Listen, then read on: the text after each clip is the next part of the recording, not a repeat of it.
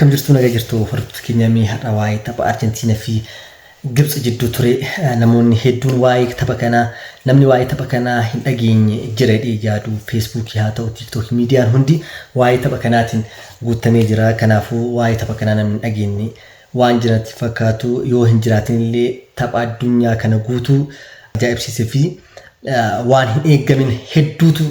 تبع رتي مي واي تبع وان توكو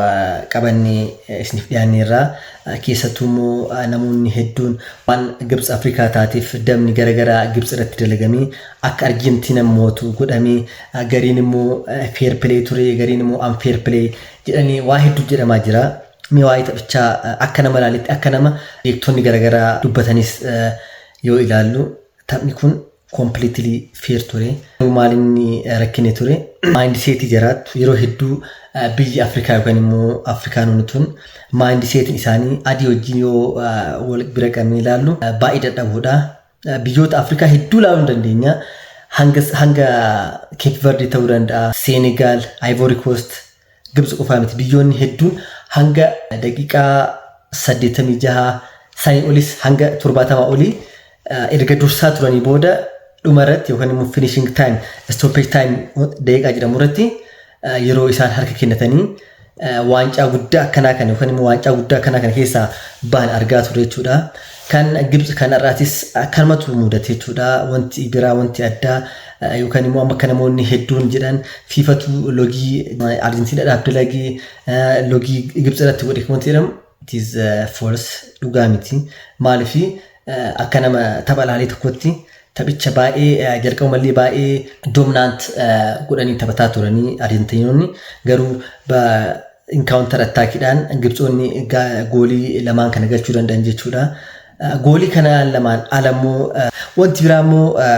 taphni kun jijjiirama rizaaltii tapha kanaatiif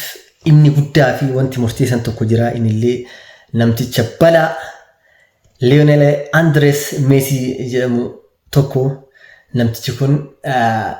not human namtichi kun nama ta'uun isaatu nama hedduu biratti baay'ee shakkisaadha.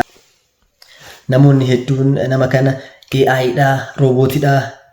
wanta garaagaraatiin wal fakkeessan jechuudha Messi dha jechuudha. Messiin nama miti roobootii dha dalagaan kana kan jedhe namoonni hedduun namni hedduun Messi roobootii dha yookaan immoo AI dha wanti dalagaan isaa wanti kan immoo wanti inni meedaa irratti godhu wanta ilmi namaa yaadu oole jechuudha. Kanaaf amma tapharraa kan yoo fudhanne daqiiqaa 20 keessatti jijjiiramni hagas ga'u kun yookaan immoo bu'aan taphichaa directly loser gara winii akka argatan kan godhe sababa mucaa ajaa'ibaa kanaati jechuudha. Kanaaf taphni kun akkaan yaadutti yoo meebii dongoruu danda'a. Tapha feerii ture garuu rakkinni maalinni namticha gabaabaa sani.